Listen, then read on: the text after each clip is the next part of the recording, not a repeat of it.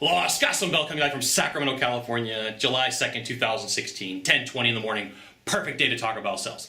Now, I'm going to do a series for you on dealing with difficult clients, okay? So there's all sorts of different reasons why people are a difficult client, and it could be that they got bad service from somewhere else. So I grew up in the in-home sales process. I did a lot of work in heating and air, a lot of work in plumbing, a lot of work in roofing, a lot of work in electrical. This is the industry that I grew up in. I go into people's homes. And a lot of times when somebody had bad service or something went wrong with a different plumber, roofer, technician, even from another company, they tend to take it out on you, the salesperson, the person that they're meeting with.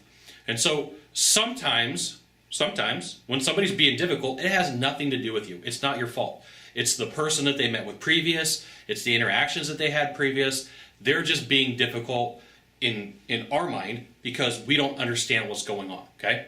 So here's the first thing. You have to have empathy for the situation. You have to, okay, I'm gonna slow this down. I'm gonna have empathy. I can understand where you're coming from.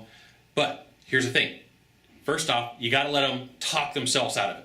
Now, one of the coolest things that I learned was just sit there and let them, I gotta say this, and they'll say stuff over and over and over again. There's sometimes where they'll tell the same story. They just gotta get it off their chest. And until they get it off their chest, you are not going to be able to have a conversation. You're not going to be able to get anywhere with this person for whatever reason, because in their mind, they have to say what they're thinking, okay? So sometimes you just have to take it for the team and just sit there and listen, okay, and be very patient, okay? And then you got to know that sometimes they just don't even want you to talk. They just want to sit there, okay? There's a difference between frustrated and somebody who's being abusive to you, though, okay? So if somebody's being abusive towards you, you should remind them, hey, look, I'm here to help you. Like, I'm gonna do everything I can to help you, but this is going the wrong direction. This is out of the bounds of what I could do for the scope of what I can do for you, okay?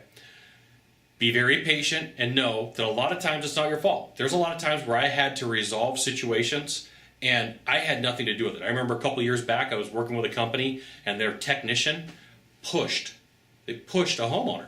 And I was the one that they sent out to go resolve it. They said, hey, Scott, guess what? You get to go resolve this. So I used a lot of what I'm going to teach you in this process, and it really will help you out. So first off, just be very empathetic to what's going on and listen. Empathy and listen. Empathy and listen. Right? Empathy and listen. So those are your two best friends when somebody's being difficult. So we're going to go through this series, and we will go from here. So if you could do a small favor for me in the box down below, leave a comment, question, or story, that'd be fantastic. To the right or left, there's a subscribe button. You know what you got to do. You got to subscribe. And then you can send it out to all your friends via StumbleUpon, Facebook, Twitter, Google+. Why not even LinkedIn? Sylvan Bell. We'll see you soon. Thanks for watching. Aloha.